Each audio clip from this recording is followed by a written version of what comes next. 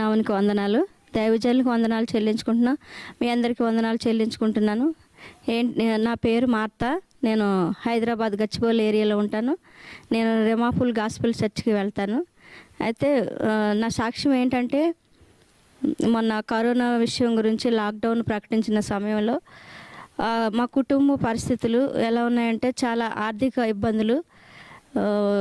నెల మధ్యలో ఈ లాక్డౌన్ ప్రకటించేసరికి చాలా భయం అనిపించింది. ఎందుకంటే ఇంట్లో అయితే ఏమీ లేవు, అసలు చాలా ఇబ్బందిగా ఉన్నాము.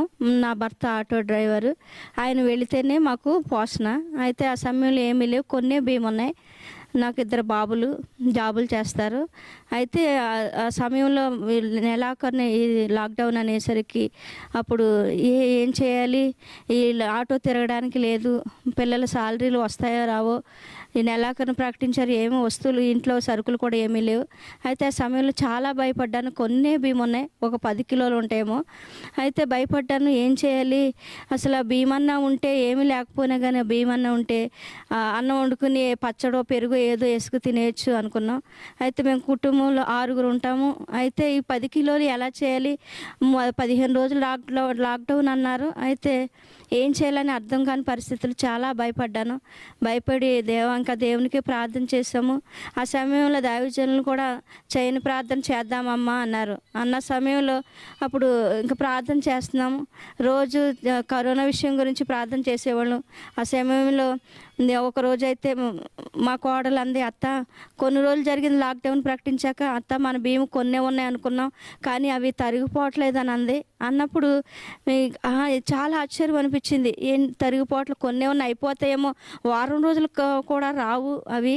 అయితే చాలా భయపడ్డాం, కానీ ఇంకా తరిగిపోలేదనేసరికి నాకు ఆశ్చర్యం అనిపించింది.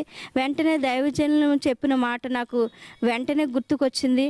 ఏంటి ఆ మాట అంటే, రొట్టె వలన మాత్రము కాదు, కానీ దేవుని నోటి నుండి వచ్చు ప్రతి మాట వలన మనుషుడు చేస్తాడు అని ఆ వాక్యం ఎప్పుడైతే నేను అది వెంటనే విన్నానో అది గుర్తొచ్చి నిజంగా మా కుటుంబంలో అద్భుతం చేశాడు.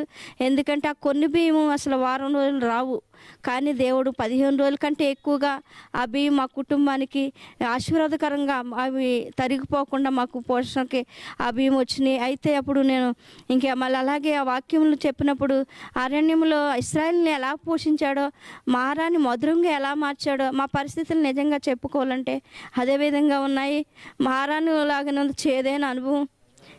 ఏం చేయాలన్న పరిస్థితుల్లో దేవుడు మమ్మల్ని పోషించాడు. దేవుడు నిజంగా పోషించాడు. ఎందుకంటే ఆయన మాటే మమ్మల్ని పోషించింది. ఆయన మాటలో ఉన్న శక్తిని మేము మా కుటుంబంలో అనుభవపూర్వకంగా అనుభవించాం. ఎందుకంటే మేమైతే ఏమి చేయలేము, కానీ ఆయన మాటే మమ్మల్ని పోషించింది. మళ్ళీ అలాగే ఆ సమయంలో మళ్ళీ వేరే వాళ్ళకి కూడా సహాయం చేయడానికి దేవుడు కృప చూపించాడు. ఆ సమయంలో ఇంకా 2 రోజులు ఇంకా అయిపోతే బియ్యం అనుకున్నప్పుడు, ఏం చేయాలి అయిపోతే అని అనుకున్నాం. కానీ ఆ సమయంలో మా బాబులకు కూడా శాలరీ వస్తుందో రాదో అని అనుకున్నాను. అయితే ఆ సమయంలో మా చిన్నోడికి శాలరీ వచ్చింది. శాలరీ వచ్చినప్పుడు ఇంకా సమృద్ధిగా తీసుకొచ్చాడు. ఎందుకంటే ఆయన మాటలో ఉన్న శక్తిని మా కుటుంబంలో మేము అనుభవించి అవన్నీ తీసుకొచ్చాక, ఇది ఒకటి లేదు అనటానికి లేదు, అన్నీ సమృద్ధిగా తీసుకొచ్చాడు. ఆనాడు ఇశ్రాయేలుని అరణ్యంలో ఎలాగ సమృద్ధిగా పోషించాడో అలాగే మా కుటుంబాన్ని కూడా పోషించాడు. దాన్ని బట్టి దేవునికి వందనాలు చెల్లించుకుంటున్నా. దైవజనులు కూడా మమ్మల్ని ఎంతో ఆ సమయంలో ఆదరించారు, సంఘస్థులు ఆదరించారు. దాన్ని బట్టి వారికి కూడా వందనాలు చెల్లించుకుంటున్నా. మా కుటుంబంలో మేలు కూడా నిజంగా దేవుని మాటలో ఉన్న శక్తిని మీరు కూడా తెలుసుకోవాలని సాక్ష్యం మీ అందరికీ నేను పంచుకుంటున్నాను. మా జీవితంలో చేసిన అద్భుతాన్ని బట్టి దేవునికి వందనాలు చెల్లించుకుంటున్నాను. అలాగే మమ్మల్ని ఎంతగానో ప్రోత్సహించి ఆదరిస్తున్న దైవజనులకు కూడా వందనాలు, మీ అందరికీ వందనాలు చెల్లించుకుంటున్నాను.